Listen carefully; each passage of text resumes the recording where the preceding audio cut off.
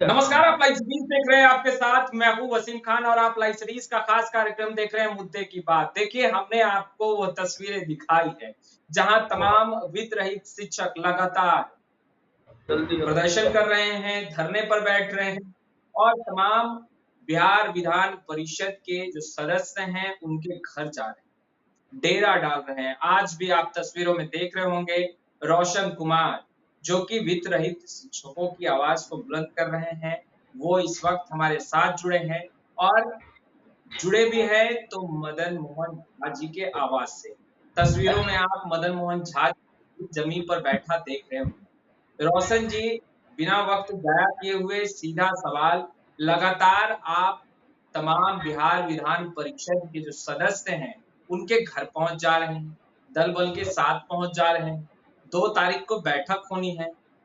जब इतना दिन आप लोगों ने इंतजार किया, फिर 2 तारीख का जब वक्त मिल चुका है कि बड़ी बैठक होनी है, फिर इतनी हड़बड़ाहट किस बात की? महोदय, मैं लाइव सिटीज को धन्यवाद देता हूं और अपने वित्त साथियों के तरफ से साधुवाद देता हूं कि हमारे मुद्दों को आपने लगातार उठाने का काम किया है। आप वैसे शिक्षक का मुद्दा उठा रहे हैं जो सबसे शोषित, सबसे पीड़ित शिक्षक है बिहार का, वित्त रहित शिक्षक। नियोजित शिक्षक की बातें उठती है, अन्य कोटि के शिक्षकों की बातें उठती है। वो काफी संख्या बल और ताकत, आर्थिक रूप से, शारीरिक रूप से और मानसिक रूप से प्रबुद्ध वर्ग में आते हैं। वित्त रहित शिक्षक ऐसे सताए हुए शिक्षक है जो 4 दशक से राज्य में शैक्षणिक गुलामी कर रहे हैं। और शैक्षणिक गुलाम को क्या ताकत है जो अपनी बात को कैसे रख सकता है शालीनता से।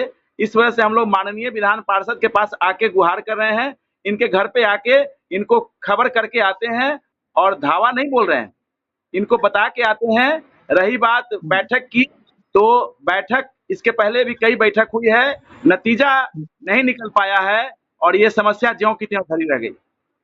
नहीं, इस धरने का उद्देश्य बताइए। आप लोगों को जब तारीख मिल गया, फिर आप लोग असंतुष्ट हैं कि भाई तारीखें मिल जाती हैं, बैठकें हो जाती है, मगर निर्णय नहीं लिए जाते। तो आखिरकार इंतजार ही किया जा सकता है। 2 तारीख का इंतजार करने में क्या जाता है?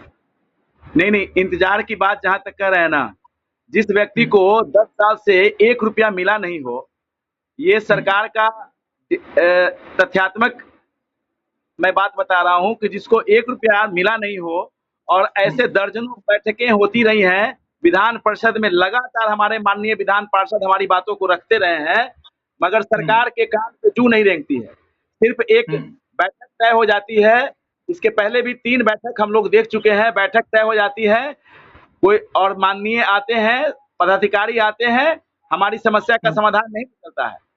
मैं माननीय विधान पार्षद के समक्ष ये बात कर रहा हूँ, हमारी बात का प्रमाण है मेरे पास कि हाँ, कई बैठक इसके पहले हुई है लेकिन हमारी समस्या का समाधान नहीं निकला। नहीं, इस बार जो 2 तारीख को बैठक बुलाई गई है, सभापति ने बुलाई है, शिक्षा मंत्री मौजूद रहेंगे, अधिकारी मौजूद रहेंगे शिक्षा विभाग के, और जिन बिहार विधान परिषद के सदस्यों के घर अब तक आप लोग गए हैं, वह भी मौजूद रहेंगे।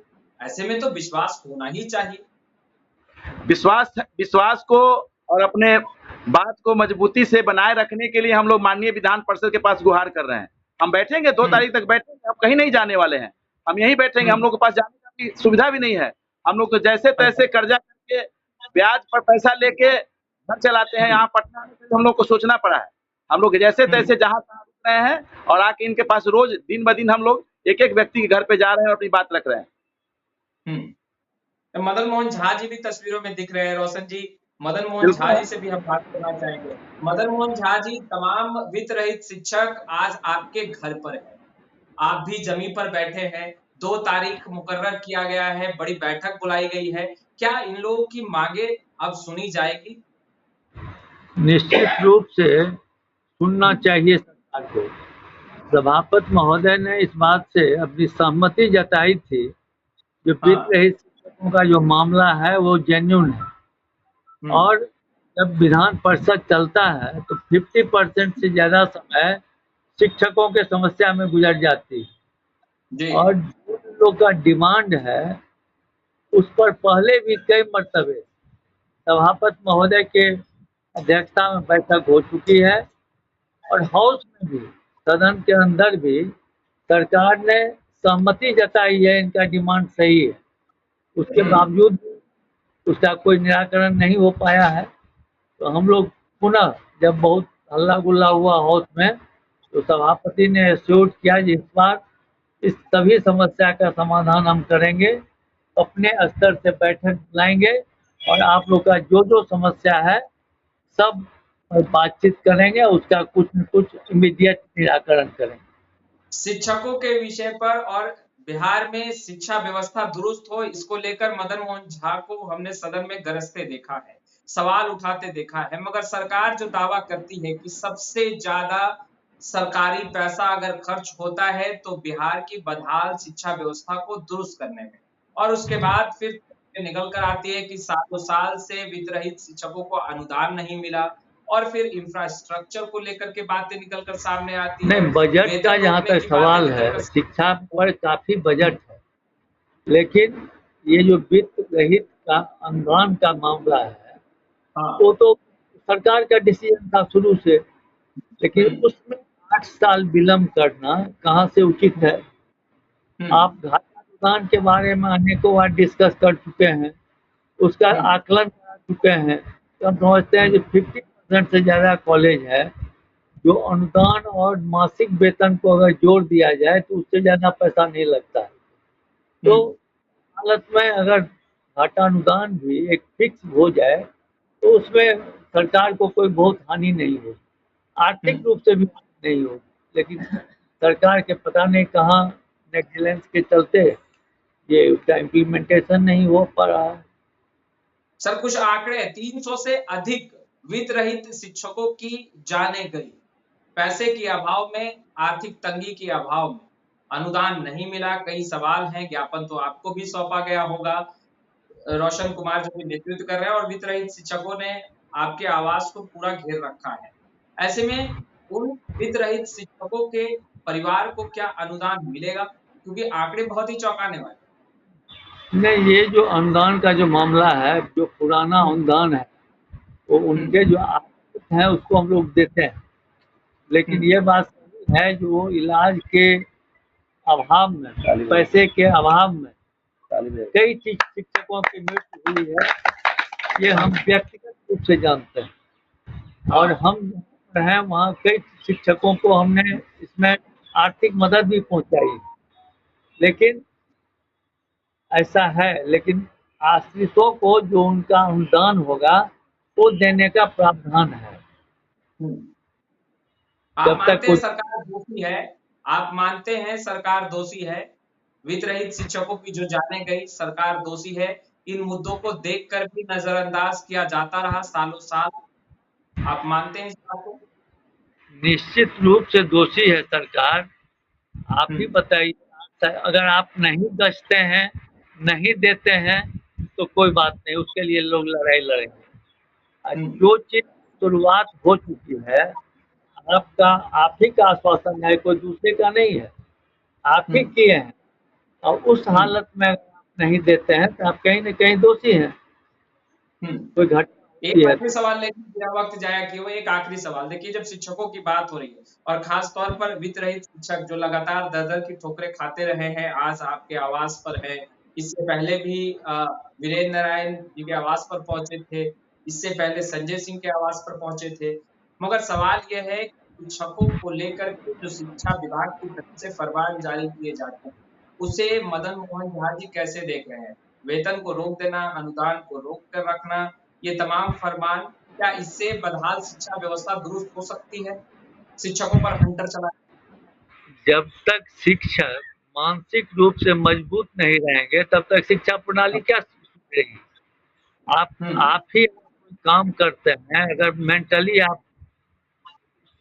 ठीक नहीं रहेंगे तो आप नहीं अपना ठीक से नहीं निभा सकते हैं। सरकार को चाहिए जो बिहार के विकास के लिए शिक्षकों की स्थिति को सुदृढ़ करे, तभी बिहार का विकास संभव। अच्छा, एक सवाल आप लोगों पर उठता है, और ये सवाल नहीं बल्कि आरोप लगता रहा है कि यूं तो आप लोग शिक्षकों के मुद्दे को सदन में भी उठाते हैं, और जब शिक्षक आपके द्वार, आपके घर पहुंचते हैं तो आप उनके साथ खड़े हैं, आश्वासन भी देते हैं, मगर जब गोलबंदी की बात होती है मुद्दे एक होते हैं, मगर आप लोग गोलबंद नहीं हो पाते। और यही कारण है कि वित्त रहित शिक्षक अब लगातार आप लोगों के घर जा रहे हैं, ताकि आप लोगों का दिल ना डोले और 2 तारीख को पूरी मजबूती के साथ गोलबंद होकर आप इनकी आवाज बन सकें। जहाँ तक शिक्षकों का सवाल है, उनके प्रतिनिधियों का इशू है, वहाँ न कोई सरकार है न कोई दल है। जो टीचर हैं आप भी जानते हैं और जो हमारे लीडर हैं शिक्षक के वो भी जानते हैं। ये सभी शिक्षक प्रतिनिधि और स्नातक के प्रतिनिधि पूरे ईमानदारी से इन लोग के बात को उठाते रहे हैं और जितना लोग इस बात से दुखी हैं, कहने के बाद क्यों नहीं होता है, हमने हाउस में भी कहा है कि अब तो हम लोग पर भरोसा ही टूट गया है लोगों का। आप लोग गच लेते हैं और हम लोग आश्वस्त कर देते हैं उनको। आश्वस्त होने के बाद क्या होता है, नहीं होता है तो लोग, जिसमें मेरा कोई दोष नहीं है, लोग मुझे झूठा साबित देखिए ये क्या 3 महीना में हो जाएगा, आज तक नहीं हुआ। मैं समझता हूँ जो ये दुखद बात है। आज अपने ही घर के बाहर जमीन पर बैठे हैं मदन मोहन झा जी, दोषी किसे मानते हैं? सरकार के कारण आज आपको जमीन पर बैठना पड़ रहा है, ये मानते हैं आप?